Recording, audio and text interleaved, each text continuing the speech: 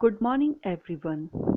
आज हम हिंदी व्याकरण से सर्वनाम और उनके भेदों का अध्ययन करेंगे। सबसे पहले ये वाक्य देखिए, राधा बाजार जा रही है। वह बाजार से अपने लिए कपड़े खरीदेगी, उसके भाई की शादी है।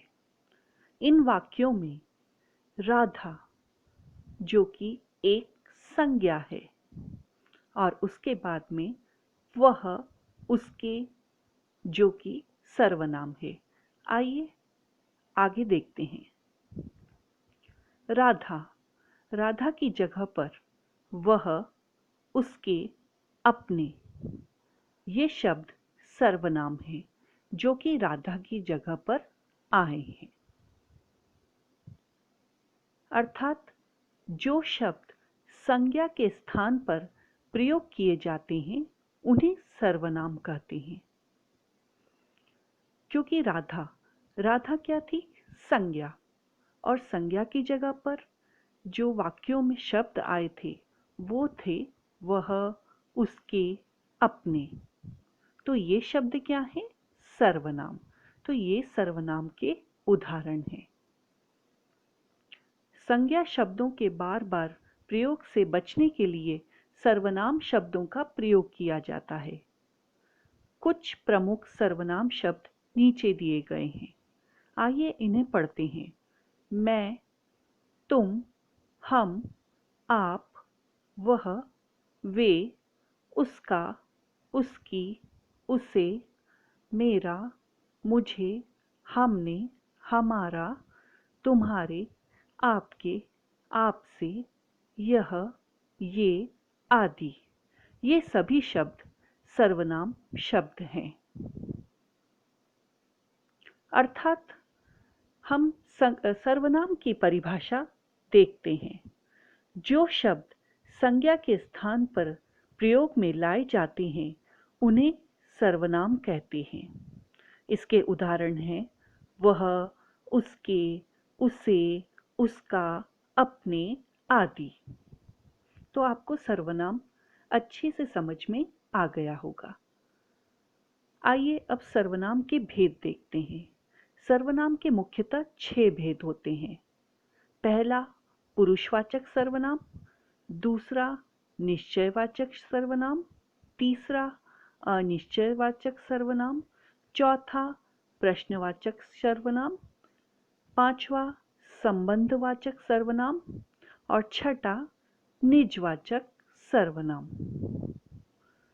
पुरुषवाचक सर्वनाम, जिन सर्वनाम शब्दों का प्रयोग बोलने वाले, सुनने वाले या अन्य व्यक्ति के लिए किया जाता है वे पुरुषवाचक सर्वनाम कहलाते हैं।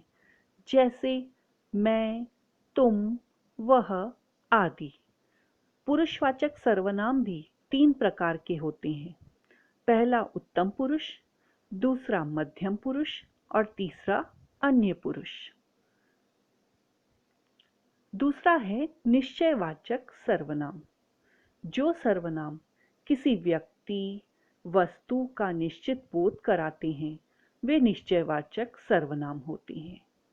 नीचे इसके 2 उदाहरण दिए हैं।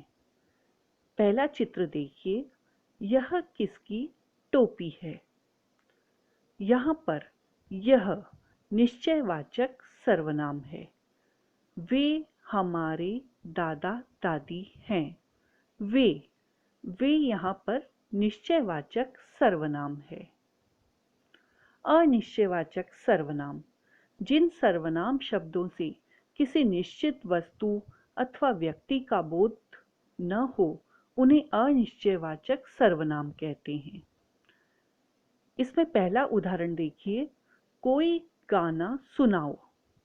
यहाँ पर कोई अनिश्चयवाचक सर्वनाम है क्योंकि यहाँ पे गाना पता नहीं है कि कौन सा गाना है। यहाँ कोई है मतलब ये अनिश्चय है, अनिश्चित है। इसका निश्चित गाने का नाम हमें पता नहीं है। दूसरा है कुछ रुपए माँ को दे दो। यहाँ पे जो रुपए हैं कुछ यहाँ पर अनिश्चयवाचक सर्वनाम है क्योंकि हमें नहीं पता है कि माँ को कितने रुपए देने हैं, इसलिए यहाँ पे कुछ का प्रयोग किया गया है जो कि अनिश्चितता बता रहा है। तो कुछ यहाँ पे क्या है? अनिश्चयवाचक सर्वनाम। तीसरा उदाहरण है, पार्टी खत्म होते ही सब चले गए। यहाँ पर सब सब अनिश्चयवाचक सर्वनाम है। प्रश्नवाचक सर्वनाम, जिन सर्वनाम शब्दों का प्रयोग प्रश्न पूछने के लिए किया जाता है उन्हें प्रश्नवाचक सर्वनाम कहते हैं। यह टीवी कौन लाया?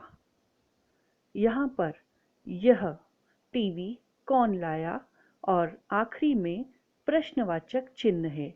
मतलब जब प्रश्न पूछा जा रहा है कि यह टीवी कौन लाया है, तो ये कौन सा सर्वनाम हो गया? प्रश्नवाचक सर्वनाम, जिसके आखिरी में प्रश्नवाचक चिन्ह भी लगाया जाता है।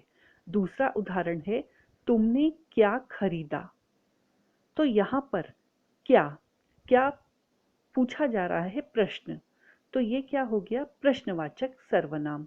इन दोनों उदाहरण में कौन और क्या प्रश्नवाचक सर्वनाम है। संबंधवाचक सर्वनाम, जो सर्वनाम शब्द वाक्यों में आए संज्ञा या सर्वनाम का संबंध बताते हैं उन्हें संबंधवाचक सर्वनाम कहते हैं। पहला उदाहरण देखिए, जो परिश्रम करेगा वह सफल होगा। यहाँ पे दो वाक्य हैं और उसके बीच में जो और वह, जो दो शब्द आ रहे हैं वो संबंधवाचक सर्वनाम हैं, क्योंकि वह दो वाक्यों के बीच में संबंध बता रहे हैं। बच्चे वही कहानी सुनेंगे जो नई हो। इसमें वही और जो संबंधवाचक सर्वनाम है। निजवाचक सर्वनाम, जो सर्वनाम निज यानी स्वयं के लिए प्रयोग किए जाते हैं वे निजवाचक सर्वनाम कहलाते हैं। उदाहरण, मैं यह कार्य स्वयं कर लूँगा। मतलब यहाँ पे स्वयं स्वयं एक निजवाचक सर्वनाम शब्द है। दूसरा उदाहरण, वह खुद ही चला गया। इस वाक्य में खुद निजवाचक सर्वनाम है। तो बच्चों, आपको सर्वनाम की परिभाषा और सर्वनाम के भेद और उसके उदाहरण अच्छे से समझ में आ गए होंगे। आपको इसका अध्ययन बार बार करना है और इसे अपनी कॉपी में लिखना है।